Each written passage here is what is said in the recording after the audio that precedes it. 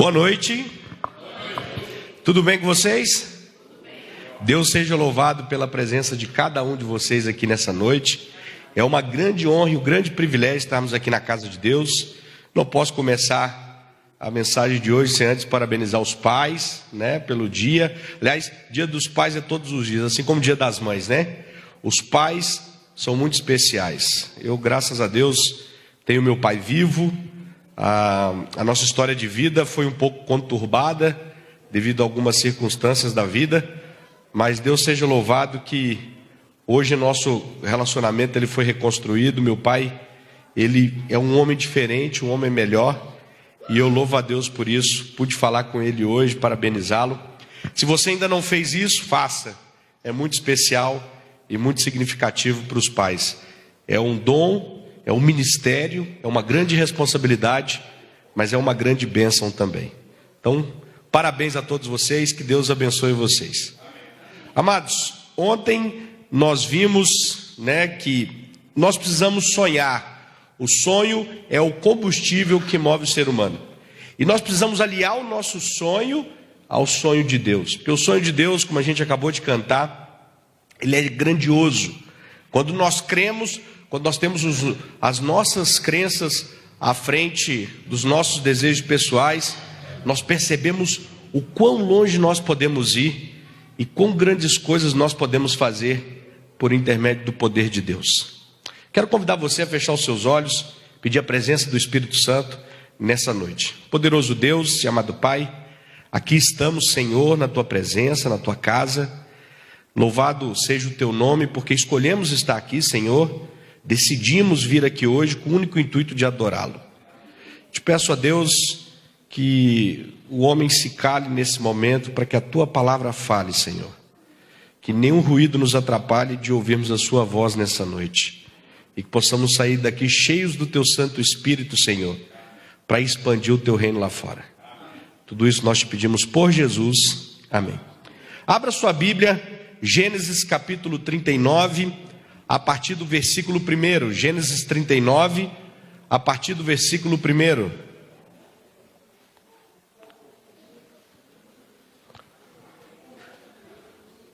Ontem nós vimos que José, ele era um menino interessante, um menino inteligente, e José tinha alguns sonhos, e nos sonhos de José, sempre alguma proeminência era dada a ele no sonho. Os seus irmãos, o seu pai, a sua mãe, se curvavam diante dele, e a palavra de Deus diz que o pai observava aquilo e guardava aquilo consigo. É lógico, o pai sabia das promessas que Deus havia feito, o pai sabia das promessas que Deus havia feito ao seu avô, ao seu pai, e ele tinha no seu coração a certeza de que Deus estava no controle e de que uma bênção especial estava sobre aquele menino. Mas a história também nos conta, o texto bíblico nos diz, que isso causou em seus irmãos uma certa ira. Seus irmãos pelo seu pai, porque Ellen White descreve que de fato Jacó mimava de alguma forma José. Jacó tinha um carinho especial por José. E José, recebendo todo aquele carinho, toda aquela atenção especial, ela descreve no seu livro Patriarcas e Profetas, página 147, que isso estava estragando o caráter de José. José, de alguma forma, ele começou a se tornar um pouco arrogante. Ele era alguém teimoso e ele gostava de que as pessoas o ouvissem e de que aquilo que ele dizia sempre tinha que ter a sua razão. Talvez você conheça muita gente assim. Pais, aproveitando que hoje é o dia dos pais, preciso dizer para vocês, é preciso ter muito cuidado na educação dos filhos, porque a contribuição que se dá a um filho na sua infância pode reverberar por toda a eternidade.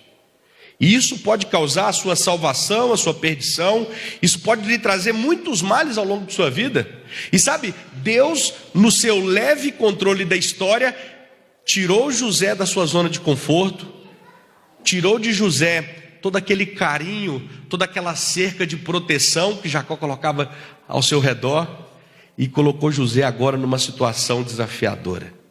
Deus estava preparando José para algo maior. E a palavra do Senhor diz assim: capítulo 39, a partir do primeiro versículo. José foi levado ao Egito, e Potifar, oficial de Faraó, comandante da guarda egípcio, comprou dos ismaelitas que o tinham levado para lá. O Senhor era com José, que veio a ser homem próspero, e estava na casa de seu senhor egípcio. Vendo Potifar que o Senhor era com ele, tudo que ele fazia, o Senhor prosperava em suas mãos. Logrou José mercê perante a ele, a quem servia, e ele o pôs por mordomo de sua casa, e lhe passou às mãos tudo o que tinha. E desde que fizera mordomo de sua casa, e sobre tudo que tinha, o Senhor abençoou a casa do egípcio por amor de José. A bênção do Senhor estava sobre tudo o que tinha, tanto em casa como no campo. Potifar tudo o que tinha confiou às mãos de José, de maneira que, tendo-o por mordomo, de nada sabia, além do pão com que se alimentava. José era formoso de porte e de aparência. Perceba uma coisa interessante. A Bíblia se preocupa em dizer que quando José ele chegou ali no Egito, ele chegou na condição de escravo. Mas, queridos, o percurso que José fez foi um percurso muito longo. O tema de hoje, que nós vamos tratar hoje, tem como título: Aprenda a amar o trabalho que você faz. Aprenda a amar aquilo que você faz. A missão que Deus te deu, o lugar onde você está, a posição que você ocupa, você está aí porque Deus permitiu que você está aí. Então aprenda a amar isso. Faça com excelência, dê o seu melhor, seja lá o que for que você for fazer. Se você se empenha em fazer, dê o seu melhor. Essa é a mensagem de hoje. Bom, o Egito que José encontrou era uma civilização muito desenvolvida. Naquela época era a grande potência mundial. Eles tinham uma arquitetura genial. Haja vista as pirâmides, a esfinge e até hoje a grande contribuição arquitetônica que o Egito deu para o mundo. Para vocês terem ideia, a maior pirâmide construída naquela época tem hoje cerca de um prédio, a mesma altura de um prédio de 49 andares. E eles moveram blocos de até 8 toneladas para construir essas pirâmides. Os egípcios também eram conhecedores ali da astrologia, né? Eles conheciam, é claro, ainda era uma ciência muito primitiva, mas eles tinham um conhecimento. As ciências exatas também eram o forte daquela nação. Era uma nação, para a sua época, muito à frente, muito desenvolvida. Deus tirou José da cidade de Canaã, do lugar onde a sua família estava, um lugar pacato, tranquilo, e o levou para o centro do mundo. Mas a condição em que ele estava era uma condição adversa. Ele percorreu desde Canaã até o Egito cerca de 400 quilômetros.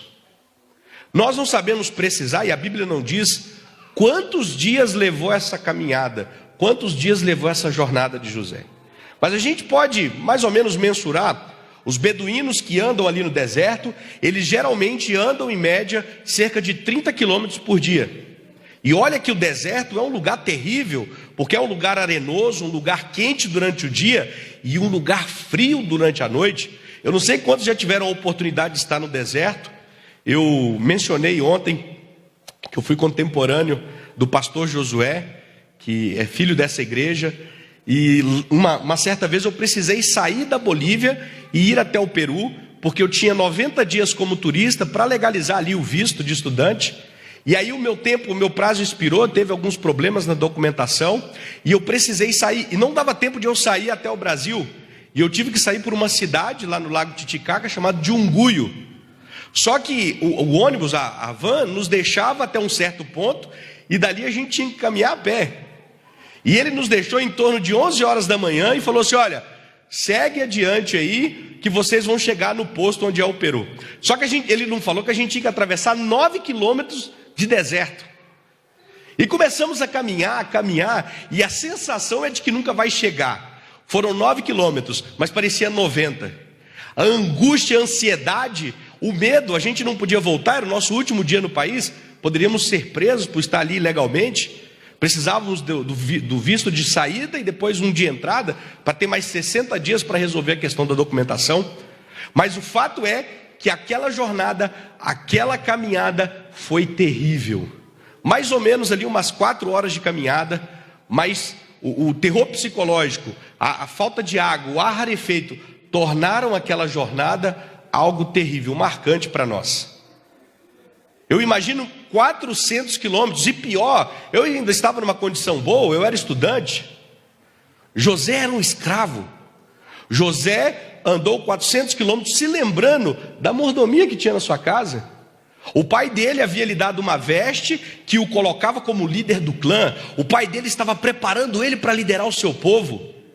Isso causou a ira dos seus irmãos. E eu imagino para uma criança, José era uma criança, o terror de ver nos olhos dos seus irmãos a ira, a inveja, o ciúme, a cólera. Imagina ele ser jogado ali dentro daquela cisterna, depois ser vendido como escravo. Ele não sabia o que lhe aguardava. Amados, o lindo dessa história, aqui foi o lugar que José chegou. É claro que esse mapa é mais contemporâneo. Aqui as principais cidades. Perceba uma coisa interessante na geografia do Egito. Aonde o rio Nilo passa é onde há vida. Então, ou seja, eles vivem basicamente da pesca, da agricultura e naquela época também do papiro que nascia na margem do rio, né? Os documentos, os livros eram feitos do papiro. Então, toda a riqueza, toda a economia do Egito era dentro desse delta, que é chamado de delta do Nilo, esse triângulo, e ali nas margens do rio. Era um local pequeno, cercado pelo deserto, e ali onde o povo vivia. Nessa viagem que José fez para o Egito, José tomou a decisão mais importante de sua vida. Essa decisão aqui foi o que deu o desfecho feliz do final dessa história. José decidiu estar com Deus. Sabe, amados, nós não conhecemos o nosso futuro. E vivemos, lógico, o ser humano por natureza ele é imediatista. Nós queremos resultados sempre ao nosso tempo.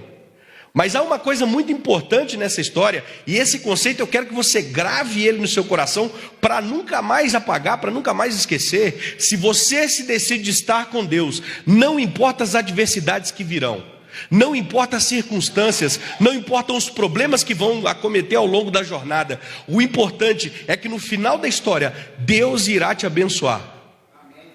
A história terá um final feliz, porque o começo dela foi assertivo. A escolha que você fez, a decisão que você tomou no coração de andar com Deus, te deu a certeza do sucesso no final. José passou por muitos tormentos, por muitos problemas, mas aqui José definiu o seu rumo, definiu o seu futuro. E sabe de uma coisa, nunca é tarde para nós tomarmos essa decisão. Muitos problemas nós enfrentaremos de maneira diferente se em nosso coração nós tomarmos a decisão de que o que a gente fizer, de qualquer coisa que aconteça na nossa vida, vai ser para a honra e glória de Deus. José então, levado para o Egito, a palavra de Deus diz que Deus era com José, e por isso ele fazia prosperar tudo que José fazia. Olha o verso 2 o que diz. No capítulo 39, verso 2, o Senhor era com José, ele veio a ser um homem próspero, e ele estava na casa do seu senhor egípcio. E aqui está o grande segredo. José estava na condição de escravo, mas aquilo não abalou a sua autoestima. Ele percebeu que era uma grande oportunidade, e homens de Deus olham para a crise como uma grande oportunidade. Eu me recordo que, eu até mencionei um pouco aqui, quando eu terminei teologia, eu não tive o chamado, e eu sabia que Deus havia me chamado, mas eu não tive o chamado oficial da igreja.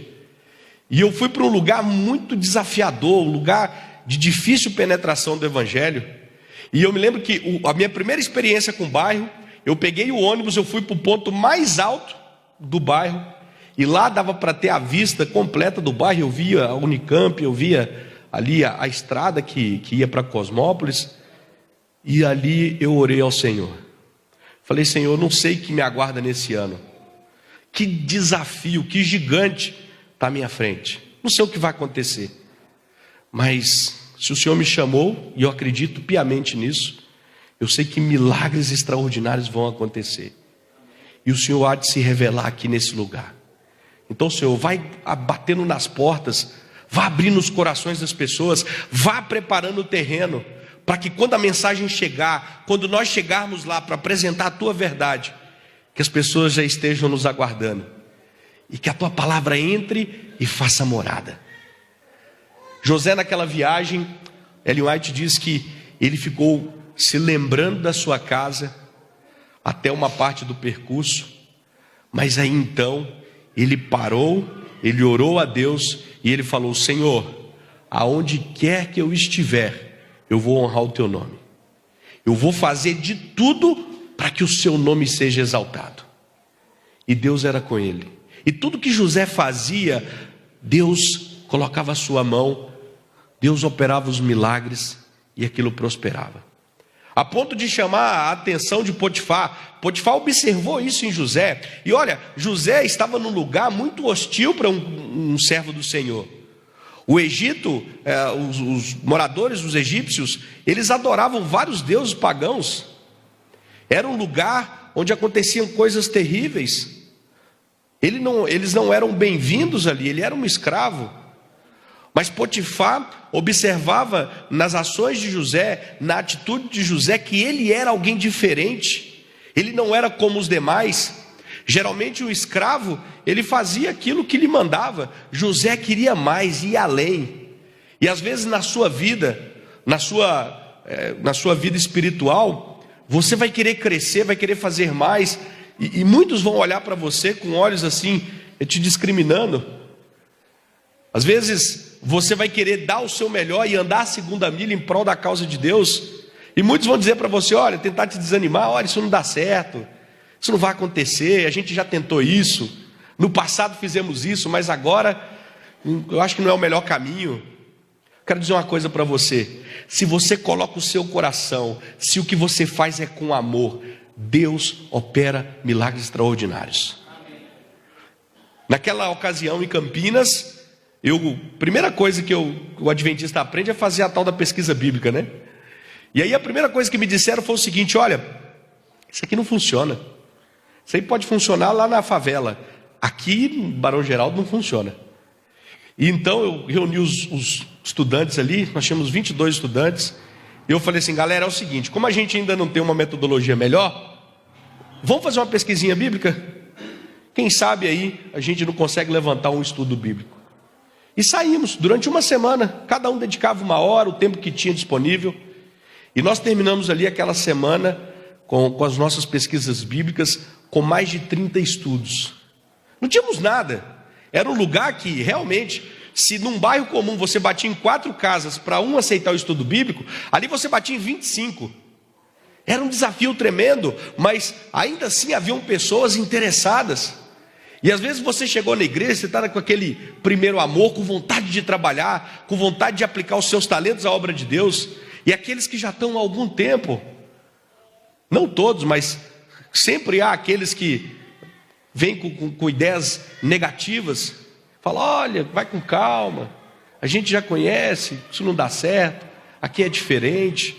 Esse discurso existe em vários lugares, mas se você coloca o seu coração, se o que você faz é com afinco e com amor, Deus vai à sua frente e Deus abre as portas. E sabe, queridos, não é pelas nossas capacidades, não é pelas nossas habilidades, não era pela capacidade de José, mas era pelo Deus que ele servia. Quando nós honramos a Deus, Deus, ele nos honra. Quando nós servimos com amor, Deus observa o nosso esforço, Deus observa o nosso interesse em fazer com que a causa dele ande.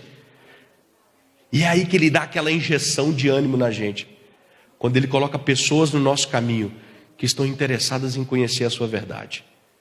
José estava ali e ele entendeu o chamado de Deus. Ele aceitou a condição, a circunstância em que ele estava, e ele decidiu no seu coração, mesmo estando nessa circunstância, eu vou fazer o meu melhor, eu vou revelar o Deus que eu sirvo. E isso, a palavra de Deus diz que chamou a atenção de Potifar. O verso 6 nos diz que Potifar Tudo que ele tinha, ele confiou às mãos de José.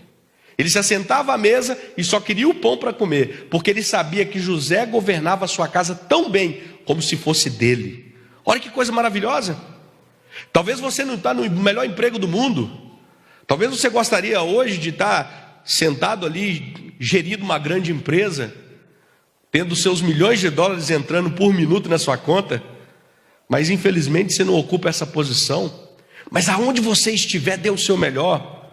Procure a excelência sempre. Procure mostrar para as pessoas que o que você faz com amor.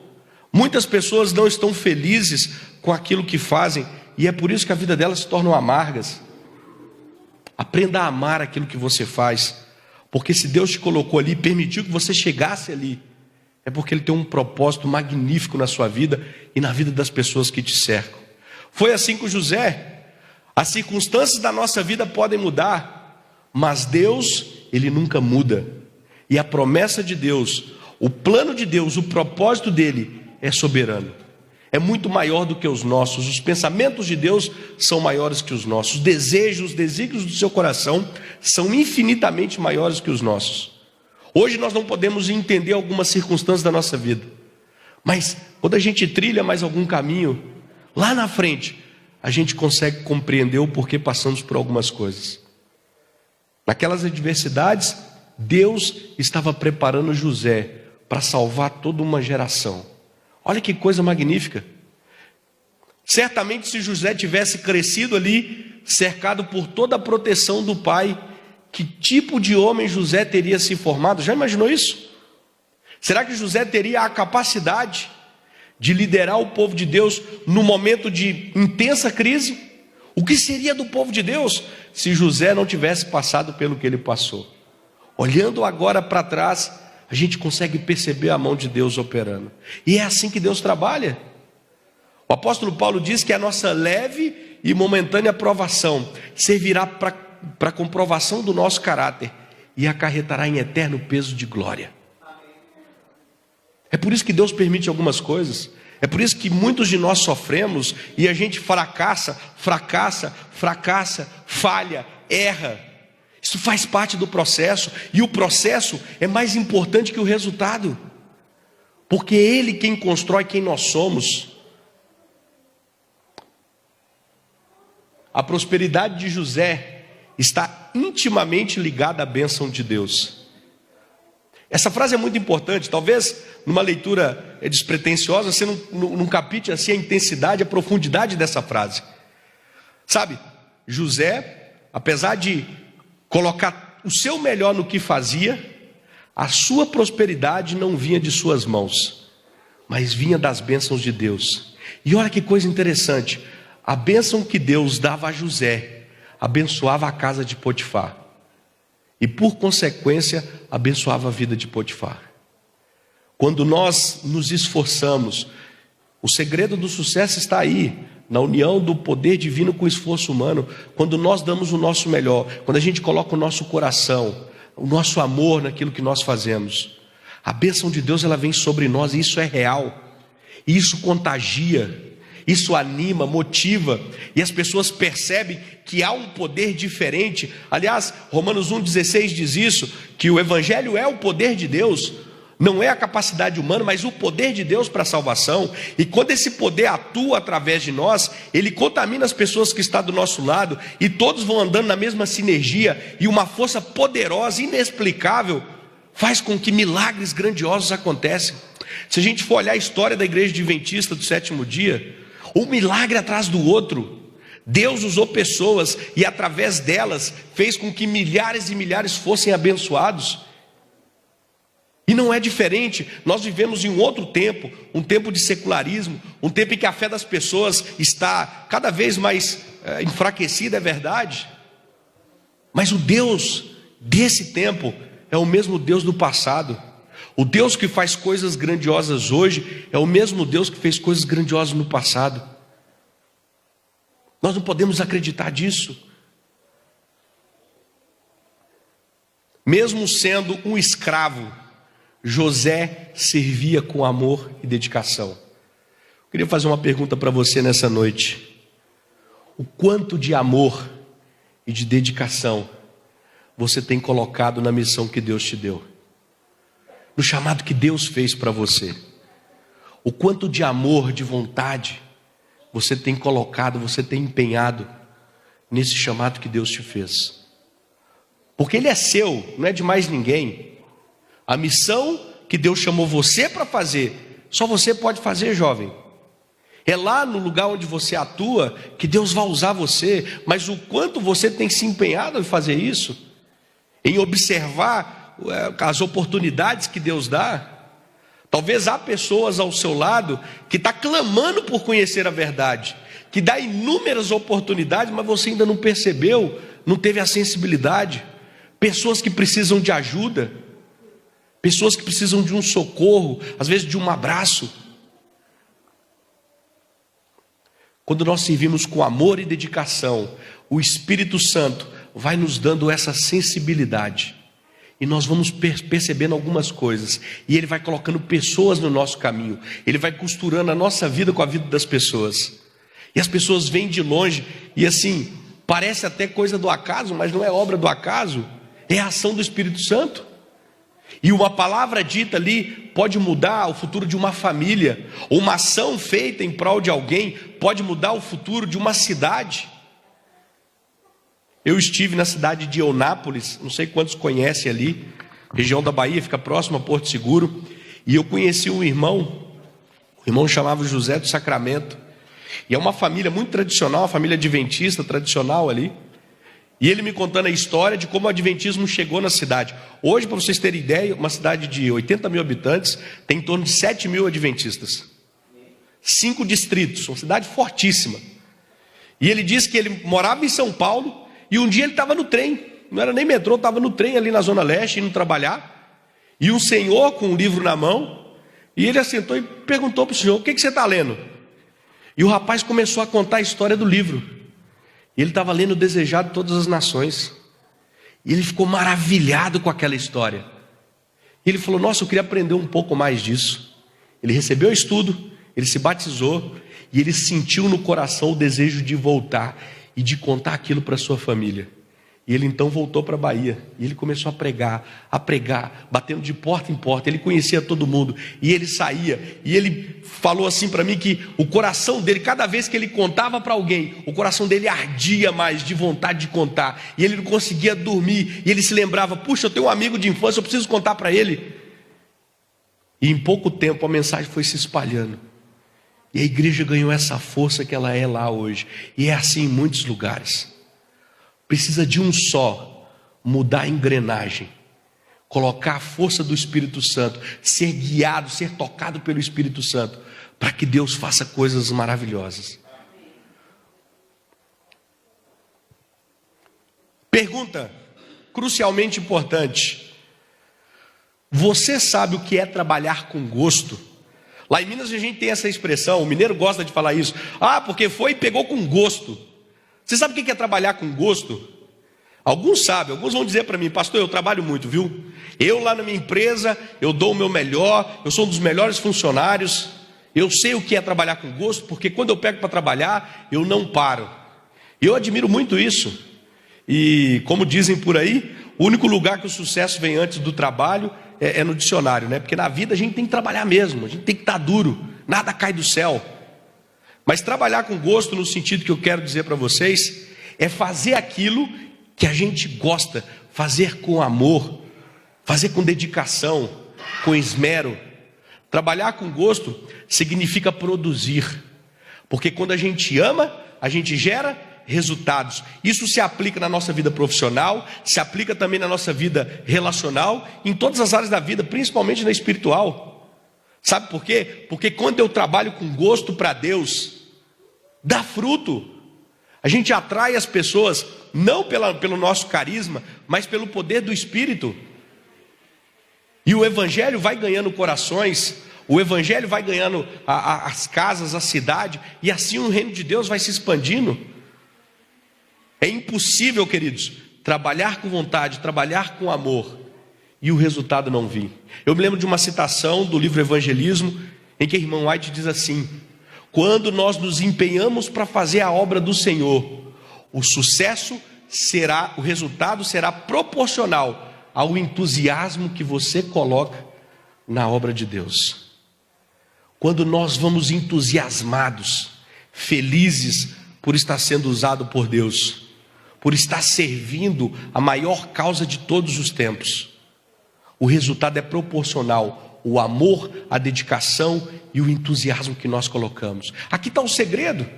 Esse é o segredo.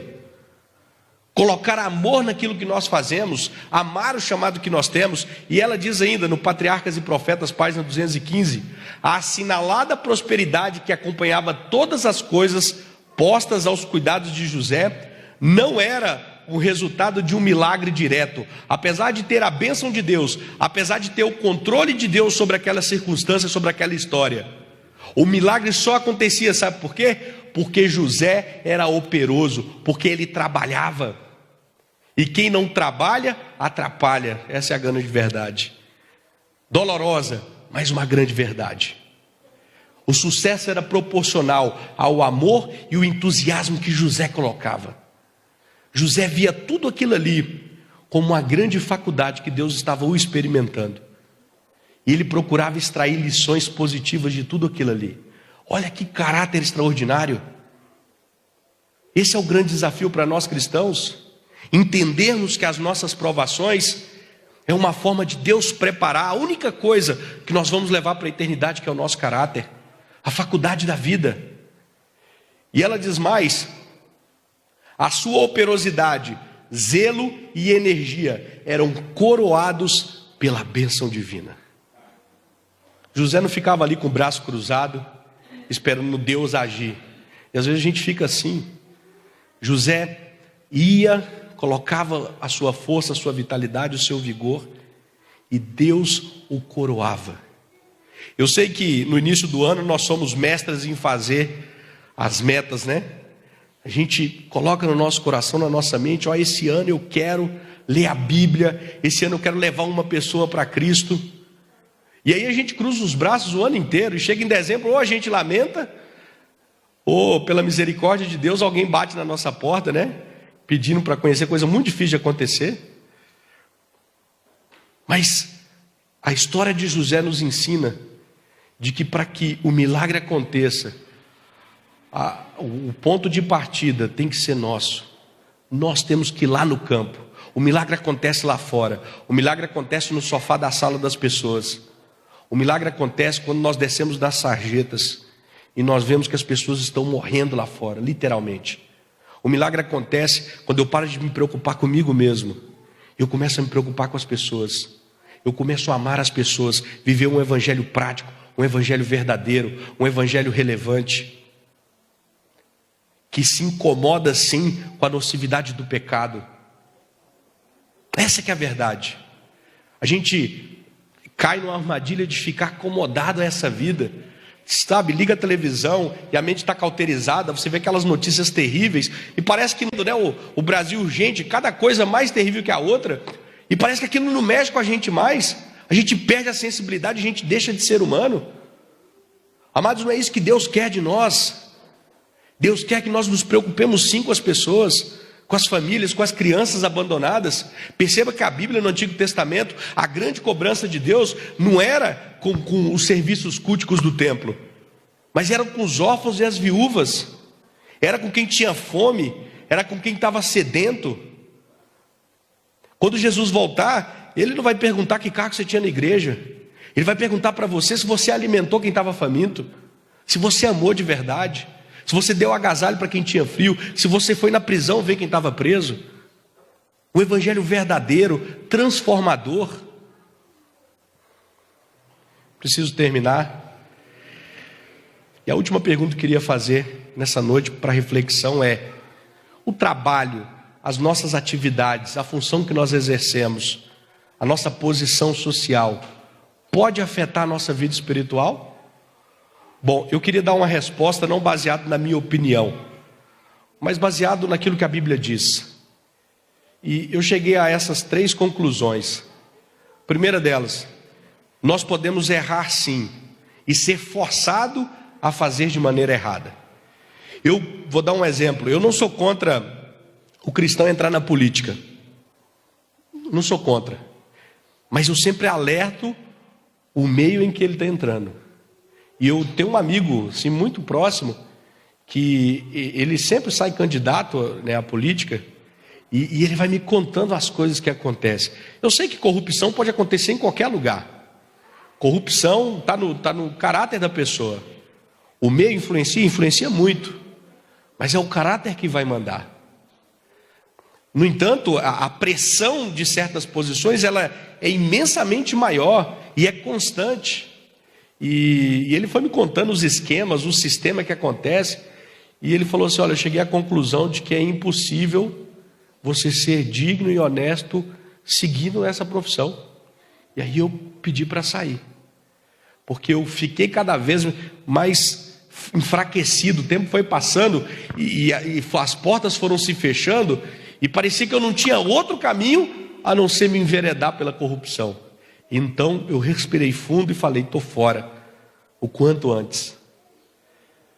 É perigoso. O trabalho também pode roubar o tempo de Deus. Quando eu falo trabalho, eu estou falando do nosso sonho de profissional, acadêmico. Quanto tempo nós temos dedicado a estar na presença do Senhor? Eu sei que José e os personagens bíblicos de sucesso, ele teve os seus momentos ruins, ele teve os seus momentos de falha, mas todos eles têm uma coisa interessante e importante: eles tinham comunhão com Deus, eles tinham uma vida espiritual, eles buscavam o poder do alto, e não é por nossa força e nem pela violência que nós seremos vitoriosos, mas é pelo poder de Deus. Quanto tempo você tem passado aos pés de Jesus? Quanto tempo você tem passado estudando a palavra de Deus, se alimentando da verdade, escavando os preciosos conselhos que essa palavra tem? Isso pode roubar o seu tempo e também fazendo a gente ter foco naquilo que não é o principal. Estou colocando dinheiro ali, mas pode ser qualquer outra coisa: status, poder, influência, seja lá o que for. Priorize aquilo que é para ser priorizado. A palavra de Deus diz, Jesus nos aconselhou: buscar em primeiro lugar o reino de Deus.